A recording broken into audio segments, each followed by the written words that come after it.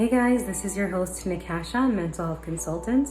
This channel is all about mental health, and on each video I give you guys tips on how you can be intentional in improving your mental health and well-being to achieve the vision you have for your life.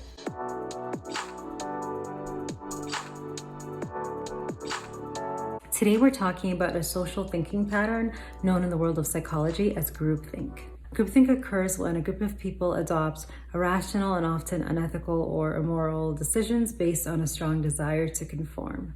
And the need for social acceptance and belonging is a core need that's common to us as human beings, and the fear of social rejection is a common fear. Now, I can think of a few areas where this concept is more pronounced than that of groupthink. People can fall into groupthink when they make decisions very quickly with very little information about the consequences of a particular decision and without adequately exploring potential alternatives. People may start to feel like conformity is the only option and fear being outcasted from what they believe is the dominant thought of the day. They typically don't even realize that the ideas being pushed forth are often based on a particular and often hidden agenda. For example, political agendas. Can you think of any dominant thoughts that are aggressively being pushed in our society and even around the globe today? Any of these thoughts being promoted as necessary for the common good with little to no regard for the rights of the individual? Or can you think of any current ideological groups that tend to use each major news event to promote distrust of the larger society?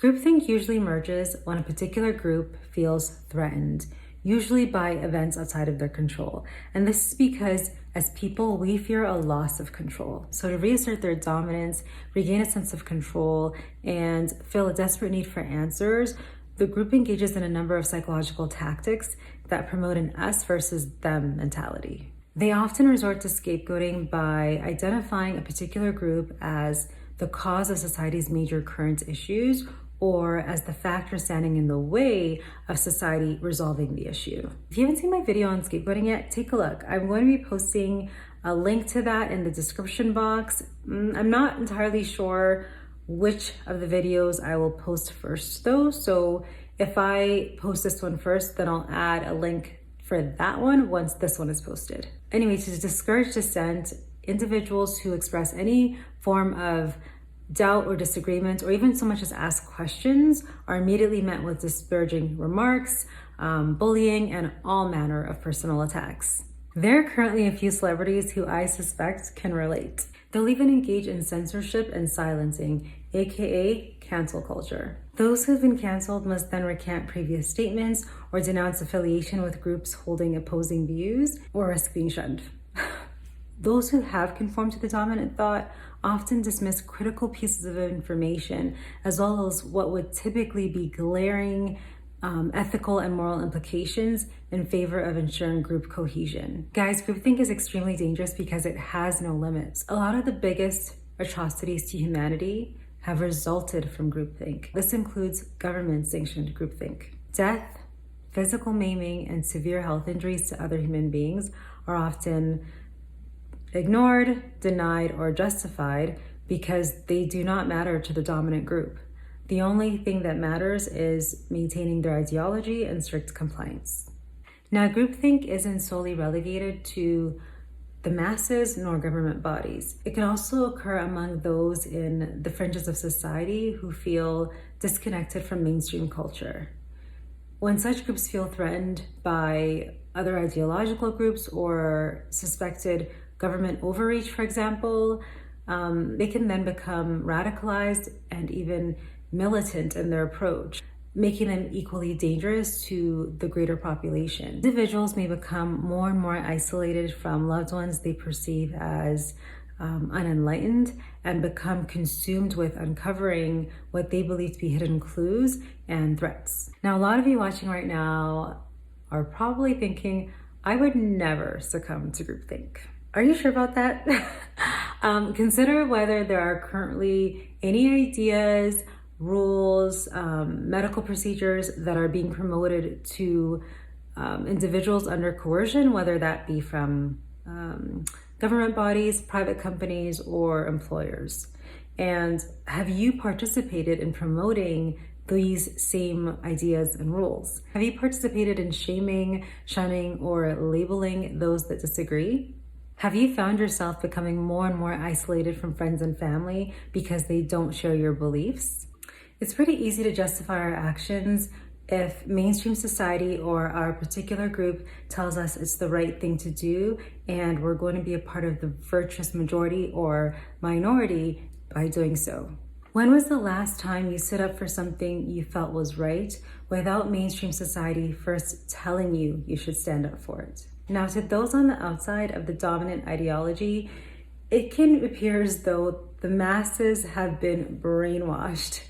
It can look as though those around them have been overcome by a great delusion, and the confusion and sense of helplessness that they feel may then cause them to begin questioning their own sense of reality, their own sanity. That's because groupthink often makes use of the psychological power of numbers and even authority figures. Those still operating in rational and critical thoughts often find themselves in the small minority, and anyone harmed by the decisions of the dominant group are simply considered collateral damage. The funny thing about it all is that in a lot of cases, the dominant ideology is not actually the view that the majority holds. It just seems that way because the majority of those who don't agree don't actually speak up.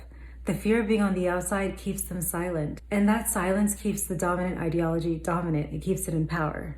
Dominant ideology repeats its message so often that it's easy for people to begin viewing what is actually opinion or preference as facts and objective truths.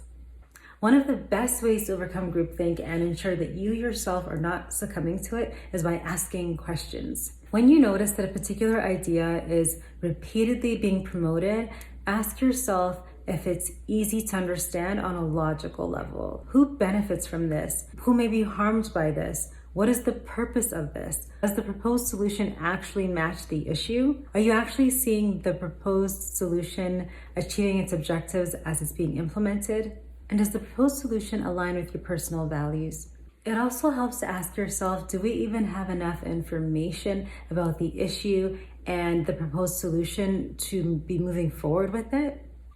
The moment you notice differing opinions or those asking questions being censored, shut down, or labeled, it's a pretty clear sign that groupthink has likely begun. In a truly democratic and civilized society, a diversity of beliefs and questions should be permitted and in fact encouraged. Individual rights to speech, medical autonomy, and faith do not need to be sacrificed for the good of the whole. It's important to remember that when there's a crisis or large-scale issue and there are clear opposing sides, it's quite likely that groupthink is occurring on both ends of the spectrum. Extreme thinking in either direction can be very dangerous, and that's why it's important for us to critically analyze the messages we receive and ask questions. Okay guys, if you enjoyed this video, let me know by hitting the thumbs up, subscribe to show your support, and to receive more mental health related content.